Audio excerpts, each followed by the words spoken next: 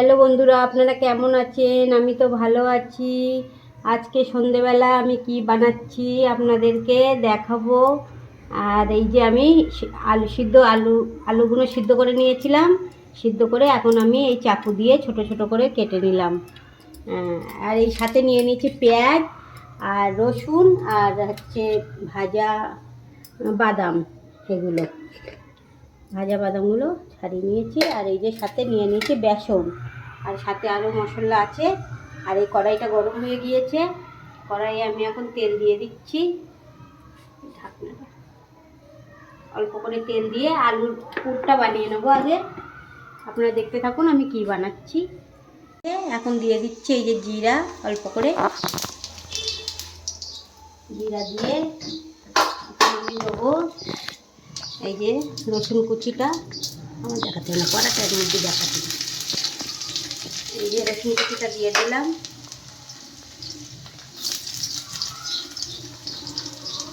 রসুন কুচিটা একটু ভালো করে লাল লাল করে নিই।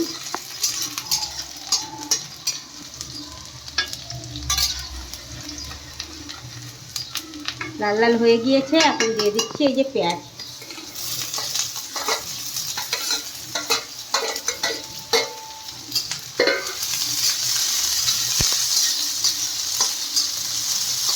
পেঁয়াজটা দিয়ে ভালো করে লাল লাল করে ভেজে নিই। এখন এই যে বেসনের ব্যাটারটা বানিয়ে নিই। অল্প লবণ দিয়ে দিলাম, অল্প হলদি দিয়ে দিলাম, অল্প ঝালের গুঁড়ি দিয়ে দিলাম, আর অল্প মশলা দিয়ে দিলাম। এখন এগুলো দিয়ে জল দিয়ে এখন ভালো করে এটা ফেটিয়ে হাত দিয়ে মাখিয়ে আর কি ব্যাটারটা বানিয়ে নেব। এখন এই পেঁয়াজটা লাল লাল হয়ে গিয়েছে। এখন দিয়ে দিচ্ছি অল্প করে লবণ আর অল্প হলদি, অল্প ঝালের গুঁড়ো আর অল্প মিট মশলা। এগুলো দিয়ে আমি এখন হচ্ছে ভেজে নিই ভালো করে। পেঁয়াজটা ভালো করে ভেজে নিচ্ছি একটু লাল লাল করে। ভাজা হয়ে গিয়েছে। এখন এর মধ্যে দিয়ে দেবো এই যে আলুটা দিয়ে ভালো করে একটা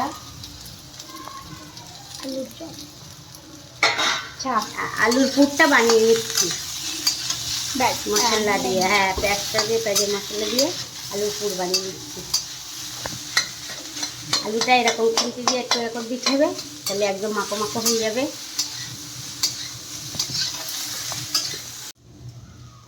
এই যে আলুটা সুন্দরভাবে লাল লাল হয়ে গিয়েছে, মশলা দিয়ে সুন্দরভাবে ভেজে নিয়েছি।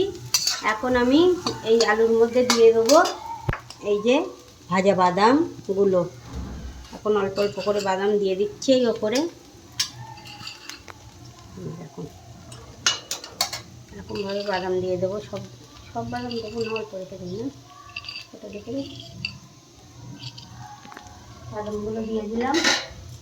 দিয়ে বাদামগুলো দিয়ে এখন এটা একটু ভালো করে মিক্স করে নিই। এই যে আলুর পুরটা তৈরি হয়ে গিয়েছে। এখন আমি এই আলুর পুরটা এই প্লেটে তুলে নেব।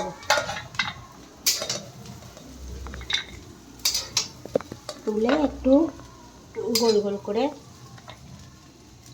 আলুর চপ বানানোর জন্য ওগুলো বানিয়ে নেবো। আলুর চপ বানাবো তাই আলুগুলো সব এরকমভাবে গোল করে করে চ্যাপটা করে করে নিচ্ছি আলুর চপ বানানোর জন্য।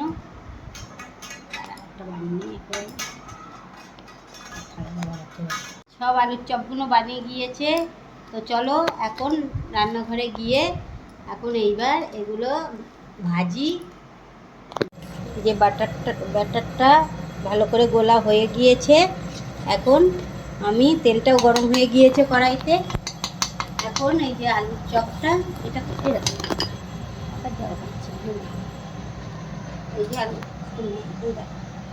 এই যে আলুর চপটা নিয়ে এই ব্যাটারের মধ্যে এরকমভাবে একটা একটা করে দিয়ে বেগাটাকে ভিজাগুলো দিয়ে দিলাম কড়াইতে। तुम्हारे काजू बादाम अच्छा लगे गए না, পাতলা হয়ে গেল নাকি? ना ठीक है ঠিক আছে, আর একটা দিয়ে দিই। थोड़ा ना ज़्यादा वो कर এরকমভাবে সব আলুর চপগুলো এই ব্যাটারে গুলে এরকমভাবে সবগুলো দিয়ে দিই এক এক করে।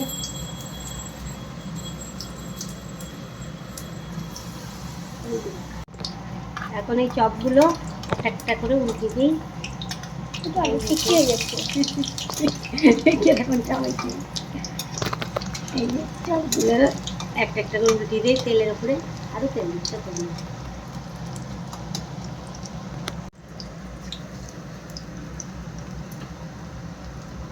এখন এগুলো সব দিয়ে দিলাম। এখন এগুলো এক এক করে উল্টাই। বাবা জোড়া নেই রে ফুলকি। চপ এক বড় বড় চপ হয়েছে। দেখানোর দরকার নেই, আর অল্প কাটা আছে, সবগুলো ভেজে নিই। চপগুলো এক এক করে। তারপর দেখো জম বাড়াচ্ছে। জম বাড়া कोई চপ না তো জম বাড়া। ভিডিও সব শুনে যাচ্ছে। ভেজে লাল লাল করে বড়াগুলো ভেজে এখন তুলে নিচ্ছি।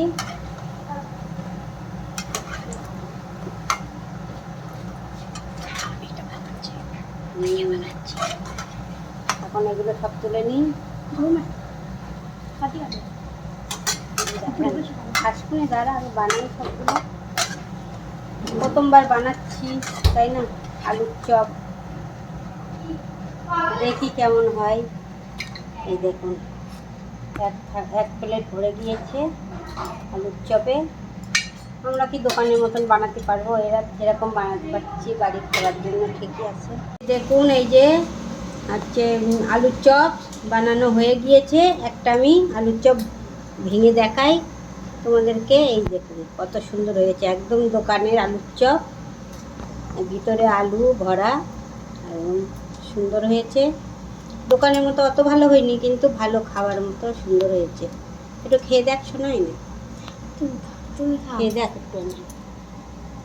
গরম বলো না, ভালো। এগুলো লাস্টে অল্প একটু বানাচ্ছিলাম পাকোড়া। অল্প বেসন ছিল ওর মধ্যে, বাটির মধ্যে, তাই অল্প পেঁয়াজ দিয়ে এর মধ্যে, তাই অল্প করে আরও একটু বানালাম।